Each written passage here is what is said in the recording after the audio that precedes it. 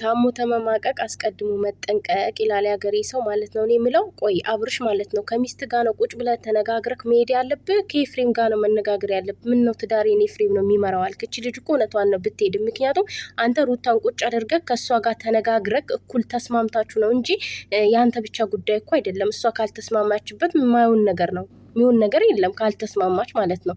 አሰላሙ አለይኩም ወራህመቱላሂ ወበረካቱ። እንዲሁም ክርስቲያኖች እንዴት ናችሁ? ሰላም ናችሁ? ላይክ እና ሰብስክራይብ እያደረጋችሁ አበረታቱኝ የኔ ምርጦች ማለት ነው። ሩታዬ በመሄዷን ደስተኛ ነኝ። ኤፍሬም ግን ዛሬ ላይ ደርሰክ እንደዚህ ያደረገክ ነገር እኔ ግራ ነው የገባኝ። ትላንት እኮ ሂጂ እያልካት ነበር። እኔም ላይ የሰራችሁትን ቪዲዮ ረስታችሁታል ማለት ነው። ሂጂ እያልካት ነበር እኮ እያመነጫጨካት ነበር። እኔ አቤላ ላይ ጥፋት የለም። ምክንያቱም አቤላ ከዚህ በፊት ከልክሏታል ኤፍሬም ሂጂ ሲላት ማለት ነው። ዛሬ ደግሞ እቺ ልጅ ረፍት ስለሚያስፈልጋት አጠገባቸው ስላለ ሲያለቅስ የምር በጣም ነው ያሳዘነኝ ማለት ነው። ምክንያቱም አያገባም እያለው ነበር። ኤፍሬም አንተ ራስክ አይመለከትም። በትዳር በሁለት ባልና ሚስቶች ማለት አንተ አይመለከትም። አያገባም። ምክንያቱም እናንተ ናችሁ ሁለታችሁ። አብርሽም ደግሞ ትላንትና ቁጭ ብለክ ለሷ ነግረሃት መሄድ ነበረብክ ከነፂ ጋር ምናምን እያልክ ነፂ ከዛ ጋር ተስፋ ሰጠኝ ትላለች። ለነፂ የምታወራው ሌላ፣ እዚህ ጋር መተክ የምታወራው ሌላ ማለት ነው። ልፍስፍሶ እንዳትሆን፣ አልጫው እንዳትሆን፣ ቆፍጠን በል፣ እንደ ወንድ ሁን ማለት ነው። እንደ ወንድ ሆነክ ሚስትን አስከብራት። ለሚስትክ ራሱ ክብር የለም አንተ፣ ለትዳርክ ክብር የለም አንተ። የምታስበው ብርና ብር ብቻ ነው። እና ኤፍሬም ደግሞ አንተም አይመለከትም። አቤላ ብቻ ሳይሆን ማንም በሰው ትዳር ላይ አይመለከተው። ወንድምክ ስለሆነ ይመለከተኛል ወይም ደግሞ እሷ ስላረገዘች አትሄድም ብለህ አስበህ ከሆነ ያኔ ተሳስተሃል። ድሮ በእናቶቻችን ጊዜ ነው እንደዚህ አይነት ነገር የቀረው ማለት ነው። የትኛዋም ሴት ትሄዳለች። ሩታዬ ደግሞ ጀግና ናት። በነገራችን ልጇን ማሳደግ ያቅታታል ብዬ አላስብም። እና በዚህ ልክ ወርደክ እንደገና ደግሞ እኔ ለሷ ደጋፊ ነኝ ብለክ የናክል እንትን ማለት የለብም። አቤላ መነጫጨቅ የለብም። አንተም አይመለከትም አይደለም አቤላ ማለት ነው። አቤላ ትክክለኛውን ነው የሰራው። አንድ ሰው ሄዳለሁ ብሎ ፍላጎቱን ካሟላ በቃ የሚረዳት ሰው ከሌለች ባዶ ቤት ላይ ታቅፋ ምን ትሰራለች? ባዶ ቤት ለምን ትሰራለች? ሰው እንዳለ ቤት ውስጥ አለ ሰው ማለት ነው። ግን ለሷ ደግሞ እንደሌለ ከተሰማት እረፍት ያስፈልጋታል። እናት ደግሞ እናት ናት ትቀበላታለች። ስለዚህ የሰርጉ ደግሞ ያልከው ሰርጉን ሁለታችሁ ስትስማሙ ነው አይደል እንዴ? ይሄ እኮ ያንተ ብቻ አይደል። እንዴት ነው ሆዷ ገፋ አልገፋ? እቺ ልጅ እኮ ሲመቻ ስትስማማ ነው ሰርግ ሊሆን የሚችለው ማለት ነው። ዝም ብሎ እኮ አይሆንም። ሰርግ ሊሆን የሚችለው ስትስማማ ነው።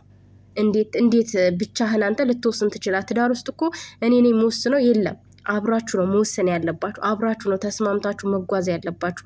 አንተ ብቻህን አይደለም። ጭራሽ አንተ ኤፍሬም ምን እንትንክ ነው እንዴ? ትዳር የሚመራ ሰውዬ ነው ኤፍሬም። ለኤፍሬም አንተ ንገራት ብዬ ነግሬ ያለው የምትለው በጣም የሚያስጠላ ነገር ነው። ምክንያቱም እኔም ራሴ ማደርገው ነው። በጣም ነው የሚያናድደው። እንዴት ነው በወንድሙ ሰው መልእክት የሚያስቀምጠው? ይሄ እኮ ቀላል ነገር አይደለም። የሁለታችሁ ነው አይደል? የሁለታችሁ ጉዳይ ነው አይደለም? የሁለታችሁ ጉዳይ እስከሆነ ድረስ ደግሞ ማለት ነው ሁለታችሁ ናችሁ ይሄን ነገር እንትን ማለት ያለባችሁ። አንተ ብቻህን አይደለም። ኤፍሬምን መላክክ በጣም ስተት ነው። ኤፍሬም ደግሞ ሲጀመር አይመለከተውም። እዚህ ውስጥ አይመለከትም። እጄን አውጣ አንተ። በሁለቱ ትዳር ማለት አንተን አያገባም። እኔ ዛሬ ኤፍሬም በጣም ነው ያናደደኝ። ዛሬ ከመሬት ተነስቶ የት ነው ሄደችው? የት ነው ያለችው? ምናምን አቤራ እንዲደበድበው ለምን አስፈለገ? ትላንትና አንተ እኮ ውጪ እያልክ እያመነጨጨካት ነበር። ዛሬ ታዲያ ለምን የት ሄደች? ምትሄድ አልመሰለም ነበረ? ሻንጣውን ይዛ ስትወጣን የታየቅ። እውነቱን ነው አቤላ፣ የምሬ ነው ምላችሁ። ሲያለቅስ እንዴት እንዳሳዘነኝ እና በዚህ ልክ ልጁንም ባታመነጫጭቁት። አንድ ነገር ሲፈጠር አያገባም። እቺ ልጅ ምን ብቻዋን ናት እንዴ? እንዴት ነው ማያገባው? እናንተ ሁለታችሁ ስትተባበሩባት ኤፍሬም ሲፈርድባት፣ አንተም ደግሞ ችላ ስትላት፣ በቃ ይሄ ልጅ ደግሞ እንደ ወንድሟ ሆኖ ላካት፣ ሸኛት። ምን ችግር አለው? ለምን ታመነጫጭቁታላችሁ? ተረጋግታችሁ አስቡ።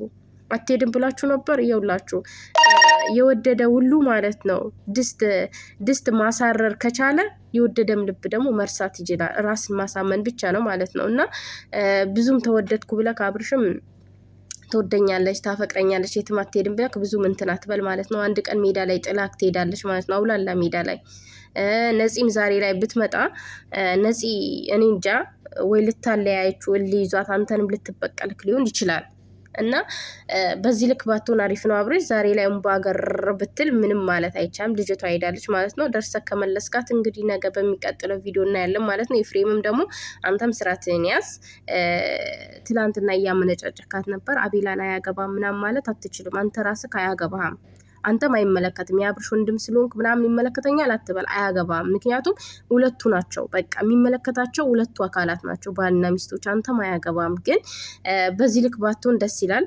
ዛሬ ደግሞ ባታስመስል አሪፍ ነው። ትላንትና ያልከውን ነገር ሁሉ አይተናል በቪዲዮ ማለት ነው፣ በመረጃ። ስለዚህ ዛሬ ላይ ማስመሰል አይጠበቅብህም ማለት ነው።